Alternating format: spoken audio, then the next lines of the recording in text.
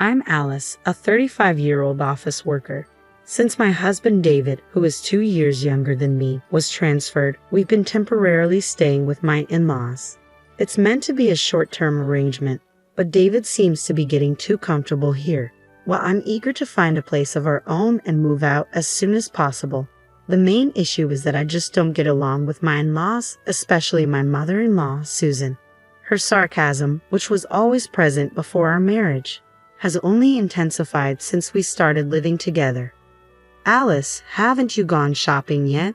Susan calls out with a hint of irritation. You missed the sale at the supermarket. You really need to get better at managing your time. Really? My company permits teleworking, but that doesn't change the fact that weekdays are still work hours for me. I can go shopping during the supermarket sale times. I've told you many times, Susan, I'm working during the day, so I can't shop until after 5 p.m. Susan, however, always finds a way to twist things. Always so high and mighty, and you still can't bear a child. Barren as you are, she snaps, as usual. David and I don't have children. We haven't pursued extensive medical testing, so we're not sure who might be the issue. I wanted children, but with David's earnings, expensive infertility treatments were beyond our reach. Susan's sarcasm was a problem even before we started living together, but it was more bearable when we were apart. Now, living under the same roof, I'm subjected to her sharp remarks around the clock. My father-in-law, Mike, doesn't direct his sarcasm at me, but his attitude is just as frustrating. He seems to view any woman over 30 as old, and now that I'm 35, he treats me like I'm practically a senior citizen. Hey, old lady, hand me the ashtray. Why are you wearing a skirt? Nobody wants to see an old woman's legs, Mike says with his usual dismissive tone. If I'm an old lady, then what does that make him at 60? I want to snap back, but I know it'll only make things worse. I'm not one to stay silent when I'm mistreated, so I often respond to my in-laws' rudeness. Unfortunately, this just earns me a reputation for being disrespectful and makes our relationship even more strained. The constant tension in the house is wearing me down, and I'm reaching my breaking point with living together. Meanwhile, David's work has become more demanding since his transfer, with increased weekend shifts and frequent business trips. We haven't had a chance to discuss moving out. Alice, I've got another business trip this weekend. You just had one yourself. Your new branch really requires a lot of travel, David says. His previous job involved overtime but very little weekend work or travel. Can't help it, right? Jobs change with the workplace. That's true, but this change is extreme. Because of it, we haven't been able to start looking for a new place, even though staying with my in-laws was supposed to be temporary. What if we end up stuck here indefinitely? I asked, my voice tinged with fear. Then one day, while unpacking David's bag after he returned from a business trip, I found a piece of paper tucked in a pocket. At first, I thought it was a receipt for his flight and hotel, but when I looked closer, I was stunned. It was a printed reservation for a hotel stay, complete with tickets to a theme park for 2 people. The date on the receipt was for yesterday, the same day David was supposed to be on his business trip. David's company is involved in seafood, not theme parks, so it's clear he wasn't on a business trip as he claimed. Instead, he spent 2 days at a theme park. The reservation for 2? It's a safe bet he went with someone else. As I stood there, stunned, I could hear David humming in the bathroom. It's a world of laughter, he sang, the theme song from a well-known attraction. He must be humming it, reminiscing about his time at the park. Although I'm certain the attraction isn't at the park he visited, it seems that on a trip like this, the specific attractions are irrelevant. Enraged, I considered confronting him in the bathroom, but just then, David's phone rang. Fueled by irritation and lacking composure, I picked up the call. Hello, I said, my voice sharp with anger. For a brief moment, I heard a young woman's voice on the other end of the line before the call abruptly ended. It had to be the woman David went to the theme park with, his mistress. When she heard my voice, she must have panicked and hung up. I immediately checked David's call history. Not being very security conscious, David's phone was probably protected by a simple password, likely his 4-digit birthday. I guessed correctly, and the phone unlocked without issue. What I found inside made my head spin. His phone was filled with irrefutable evidence of his affair, selfies with a young woman, all taken during times he claimed to be on business trips or working weekends. He was dangerously careless, leaving such explicit photos easily accessible. I scrolled through the call history once more and found a contact named Emily. I searched for that name in his social media friends list and opened their chat. "David, I love you. I can't wait to become your wife," the message read. Emily, it seemed, was hoping to marry David. A homewrecker, perhaps? As I wrestled with this revelation, David emerged from the bathroom. "Ah, I feel so refreshed," he said casually, drying his hair with a towel. I seized the moment to confront him. "Refreshed? What exactly are you refreshed from? It looks like you've been enjoying yourself in more ways than one." Who's Emily?" he asked, his face going pale as soon as I mentioned his mistress. "So it's true. You've been lying about your business trips and spending time with a woman named Emily. I can't forgive you for these lies." "How did you? What the?" he stuttered. I pulled out his phone and showed him the damning evidence. "This phone has all the evidence I need," I said firmly. "You went through my phone. That's a breach of privacy," David protested. A man who cheats and shows such a blatant disregard for morals complaining about privacy is almost comical. "If you didn't want this exposed, you should have protected your phone better. I made a promise when we married. No cheating, or it's an immediate divorce. I've always upheld that promise, and I can't continue being married to someone who pursues other women. It's time for us to get a divorce." To my surprise, David simply nodded in agreement. "Yeah, I guess so," he said.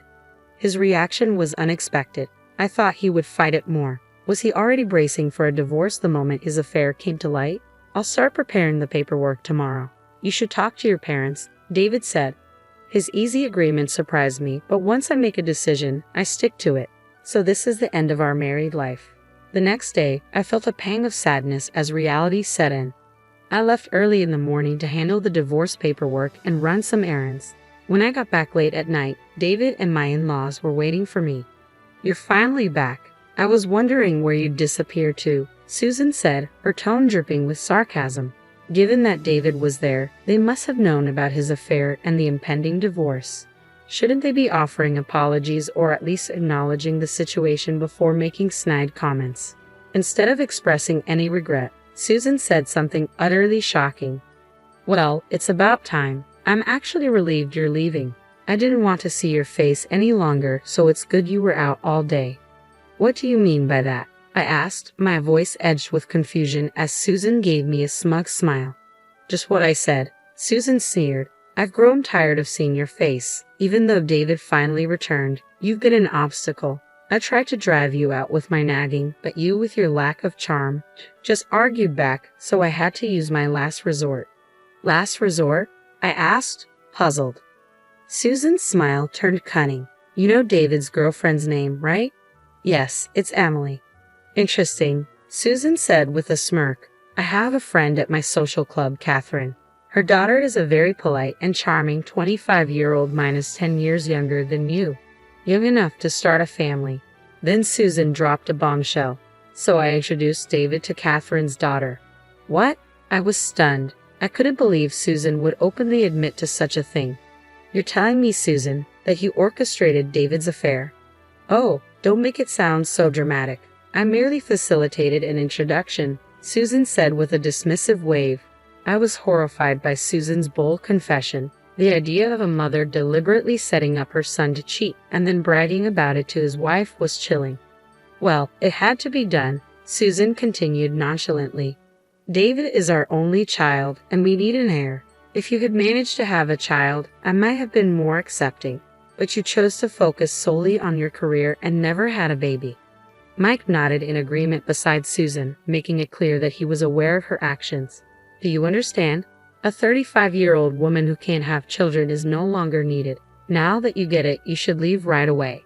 Susan pointed at me with a triumphant look. After a brief pause, I replied, "I understand your perspective perfectly.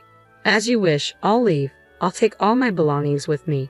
"Sure, do as you please. You don't have much anyway. Should I send someone to help you?" Susan offered with a smirk, clearly misjudging the situation.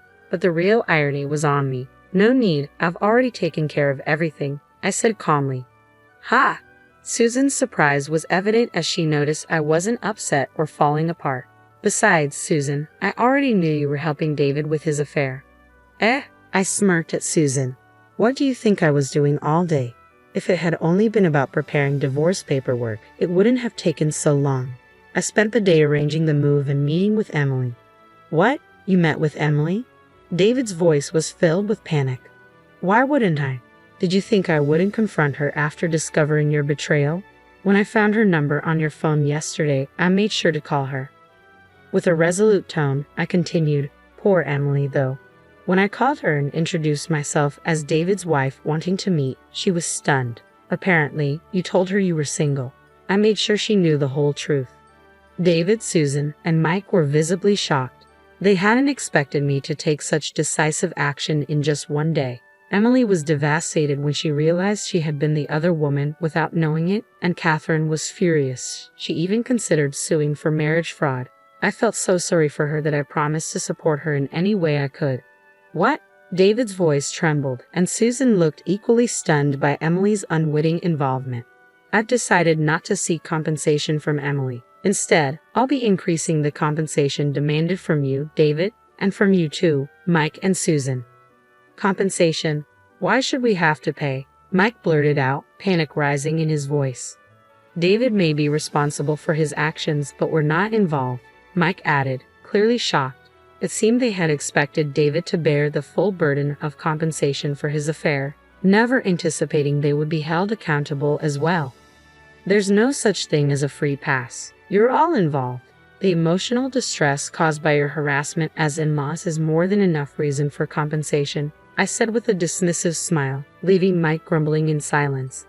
And have you forgotten my profession? I work at a law firm. I'll be consulting with Michael, our head attorney, to determine the amount of compensation we can pursue. I had, of course, already contacted Michael at the firm earlier that day. What? Mike stammered in disbelief.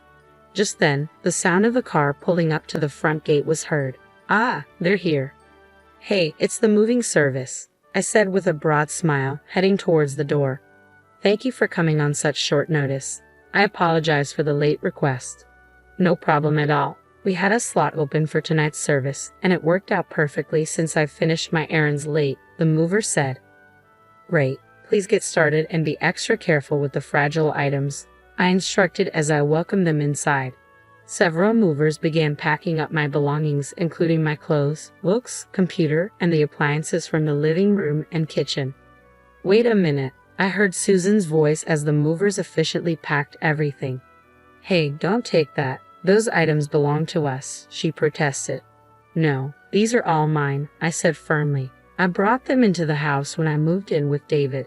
The in-laws' house had only outdated appliances when we arrived. As someone who loves gadgets, I couldn't tolerate that, so I brought my own from my previous apartment. Susan has gotten used to them and mistakenly assumed they were hers. The robot vacuum, cordless cleaner, the multifunction oven, the IH cooking heater, the negative ion hair dryer, and the espresso machine. You're taking everything. How greedy, Susan shouted, trying to lunge at me, but David stepped in to stop her. Mom, it can't be helped. All those things belong to Alice, David said, clearly resigned to the situation. Susan wasn't ready to concede, though. Once you've experienced the convenience of modern appliances, you'll find it hard to go back. If you're unhappy, you can always buy new ones. Though, after paying the compensation, I doubt you'll have the funds for such luxuries. As the movers continued to load my belongings onto the truck, I directed them, please deliver these to my new address. I'll meet you there. I watched as the moving truck pulled away before getting into my own car. Where's that truck going? David called out, his voice tinged with concern. Where's the truck going? To my apartment, of course. The one I owned before your transfer. I put it up for sale with a real estate agent when you were transferred, but the price was set too high, and it never sold. I never let it go, despite the agent's repeated suggestions to lower the price. Who would have thought it would come to this? I fastened my seatbelt and chuckled. In a way, I might have been prepared for this. Eh? David looked bewildered. I set the asking price higher than market value on purpose so it wouldn't sell, allowing me to return if necessary, I explained. David sank to his knees, overwhelmed by my revelation. "You heartless woman," he muttered. Susan charged at me, shoving me aside while yelling. As I groaned in pain from the impact, she attempted to attack further by throwing a cutting board at me. Just then, a black figure darted into the fray, colliding with Susan and sending her sprawling to the ground with a startled cry. "Thank you, Midnight," I said as I gathered the stray cat Midnight into my arms. I quickly climbed into the moving truck and sped away from the chaos.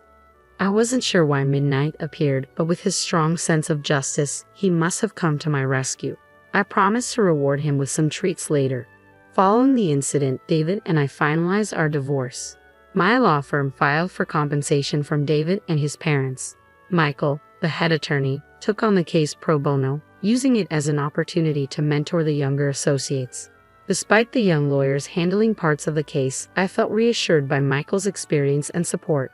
Michael also took on Emily's lawsuit, pursuing both criminal and civil charges with renewed enthusiasm, as it had been a while since he handled a criminal case.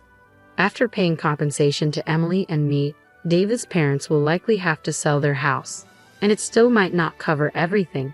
The idea of them facing a life of debt and poverty almost brings a smirk to my face. Now that I'm single, life without David and his deceitful parents feels like a breath of fresh air. For now, I'll revel in my carefree single life in my apartment, enjoying the company of Midnight, the stray cat I brought with me.